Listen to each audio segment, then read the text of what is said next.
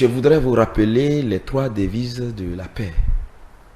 La paix, ce n'est pas l'acceptation de tout. On dit la tolérance est une vertu de la paix.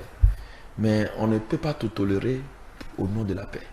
La paix elle-même évolue sur 3 devises, à savoir la vérité, l'amour et la justice. Les évêques ont compris qu'ils ne peuvent pas mentir au peuple pour sauvegarder la paix. Lorsqu'ils vont dire qu'ils ne vont pas dire la vérité, ils vont conduire le pays dans la dérive. Lorsqu'ils vont pas vouloir que nous prenions la justice, on va conduire le pays toujours dans le décor.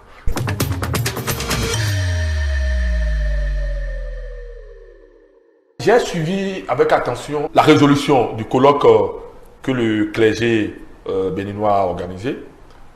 J'ai dit, il nous qu'à s'occuper de l'église et laisser les politiques s'occuper de la politique.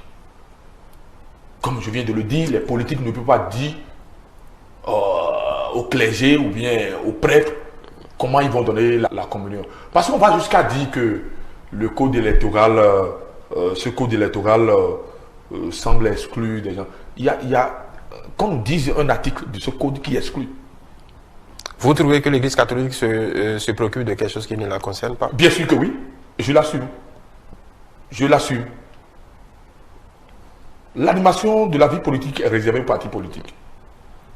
Ils ne veulent pas faire la politique à votre place. On suppose qu'ils donc ils nous laissent donnent leur avis. Et qu'ils nous laissent agir en politique. C'est tout. Mais ils n'ont pas le droit. On ne peut pas. Ils n'ont pas le droit de donner leur avis. On ne peut pas donner l'ordre politique de dire ce qu'ils vont faire. C'est de la même manière que nous les politiques, on ne peut pas donner l'ordre. Encore que nous sommes des chrétiens. Nous ne pouvons pas donner l'ordre dans une confession religieuse de comment ils vont vivre ou bien comment ils vont fonctionner. C'est pas possible.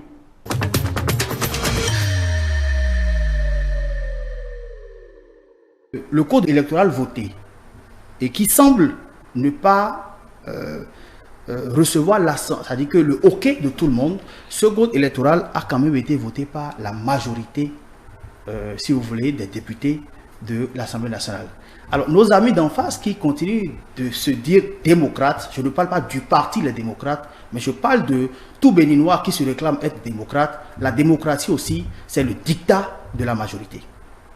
C'est-à-dire, si on veut être un bon démocrate, c'est aussi le dictat de la majorité. Vous pouvez ne pas être d'accord, mais à partir du moment où, dans notre système, nous avons accepté que ce soit la majorité qui décide et que la minorité s'incline, vous acceptez ça d'abord. Donc, la loi a été votée par la majorité. Ça a suivi le cursus réglementaire, parlementaire, ça a été voté. Ça s'est passé par le filtre, n'est-ce pas, de la constitutionnalité des lois. Et puis le chef de l'État l'a promulgué. Est-ce qu'on s'entend? Jusque-là, aucun problème ne se pose.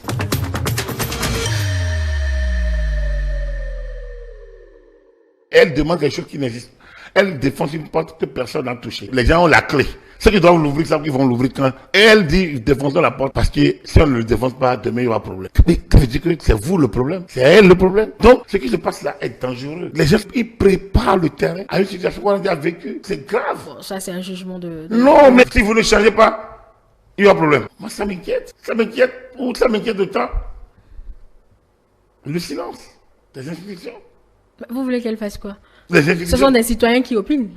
L'Église n'est pas un citoyen. Non. C'est une organisation Si. C'est une organisation qui a des devoirs. Les cultes ont des devoirs. Il n'y a pas une liberté absolue, sans limite, où on peut tout dire, tout faire.